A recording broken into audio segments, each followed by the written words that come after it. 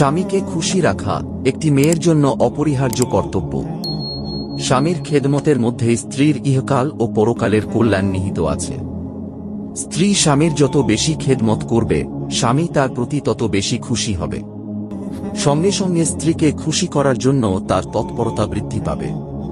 হাদিস শরীফে আছে, মহানবী মুহাম্মদ সাল্লাল্লাহু আলাইহি ওয়াসাল্লাম বলেছেন, যে স্ত্রী তার স্বামীকে সন্তুষ্ট রেখে মৃত্যুবরণ করল, সে জান্নাতবাসিনী হবে।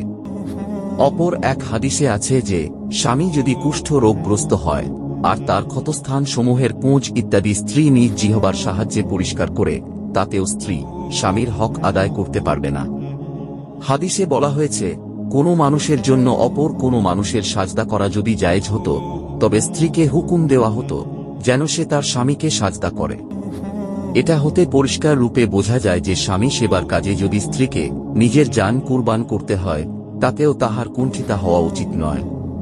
প্রত্যেক নারীর উচিত নিজ স্বামীকে সর্বদা খুশি রাখার চেষ্টা করা।